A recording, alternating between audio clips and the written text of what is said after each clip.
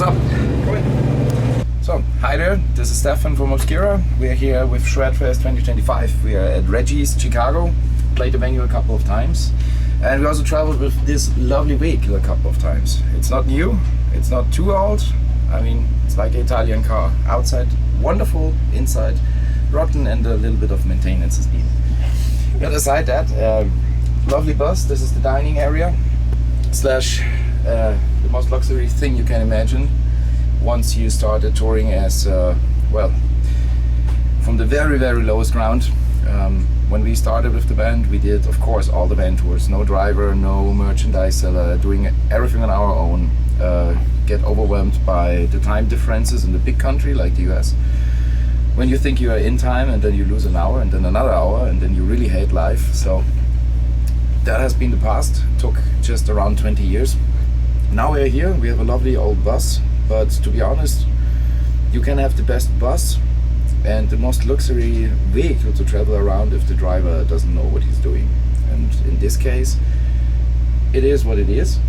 It's a used bus, but the driver is absolutely extraordinary cool. It's an old experienced guy who has seen everything. I mean everything. So whenever you sit in the front, he's telling you stories of, I don't know, Nickelback that have a nice reputation, of I don't know, old acts like Mötley Crüe, of Metallica, Iron Maiden. So the guy has been here around since 40 years on the road. It's quite a gem to have someone like this on the road. Anyway, I want to show you the bus. Well, different characters, different cultures, and in the very end we end up watching music videos because the Europeans are not too keen on American soccer or American football and sports over here, and vice versa. No one wants to see Premier League over here. So in the end it's music videos or like, I don't know, Netflix at times, but usually we are listening to music, we're hanging out. It's quite a social group of people. We're on this bus, we're 14 plus driver 15, so it's like a submarine on wheels, so to say. And after a couple of days you figure who has which edges in his or her character. Quite interesting every time. You don't know which people you're traveling with and cultures clash, but in the very end, if you're open-minded, if you're just cool, if you're not a dick, then I think it's easy to get along with. Of course, dining area, there's always team everything is clean, and there's team I leave my shit everywhere where it is and I don't clean anything.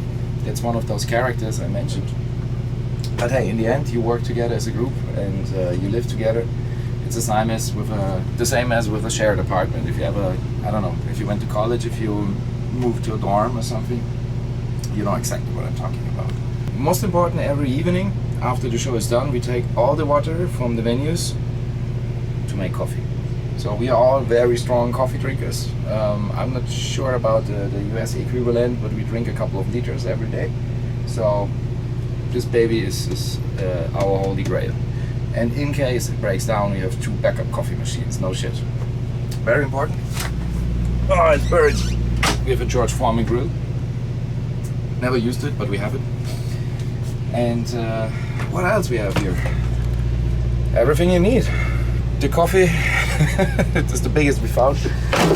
That's very important, but aside that, of course, yes, Americans, they're into peanut butter and jelly. I don't understand up to this day. We have an egg maker for all those who are not vegan. And to be honest, on this tour, the entire group is kind of mixed. So sometimes you have weird group dynamics if the group is completely divided between omnivores, people that eat everything, and vegans that are a little bit more picky at times, or they have to because of their diet. But here everybody respects each other, and I mean, we try out a couple of things, so it's kind of cool. Also when it comes to the fridge, of course we have to divide it, but again, 14 people on a bus means this is stuffed to the max. Of course stacked to the max with the most unhealthy stuff you can find, but vegan. So it must be good.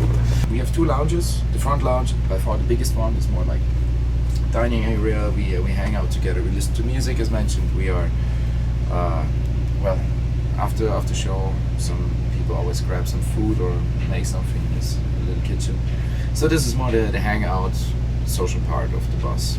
In the back lounge we have another small table and another small couch, and it's divided from the rest with a little door. So of course this is more the working area. So we have a little printer, a little office, and basically everything you need on the tour. There's one bathroom rule: don't mess it up.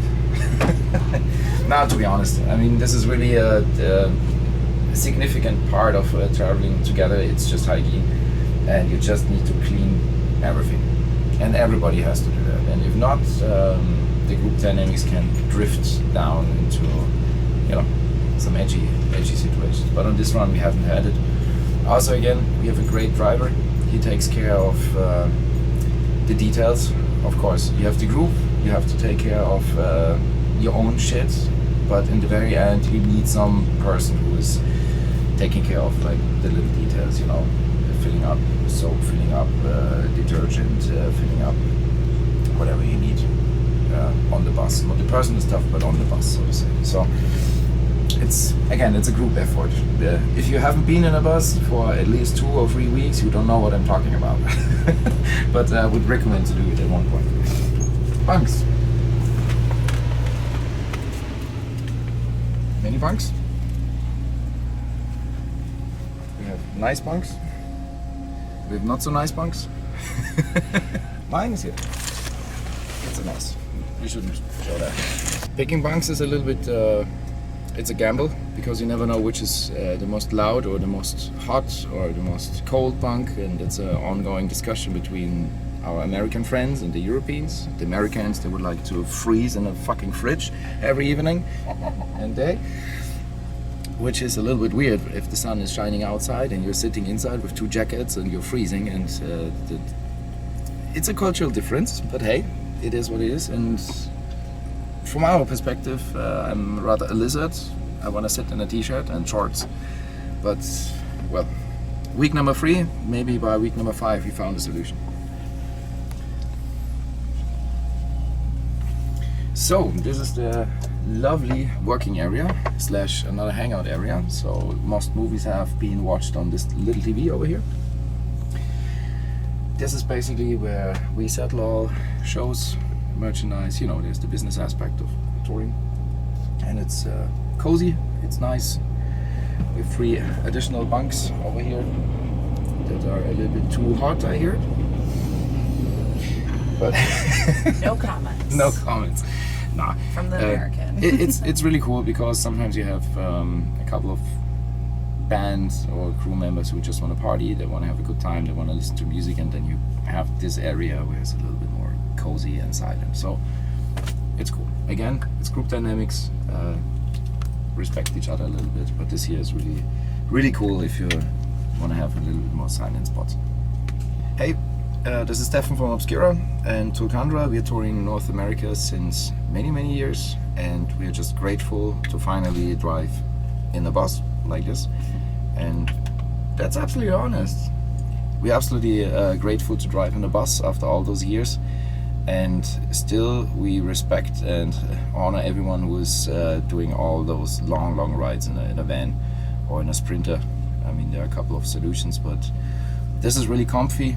This is not luxurious, but it's perfect for, well, underground death metal bands like us. And I hope you're visiting more shows and, well, make other bands doing the same spot.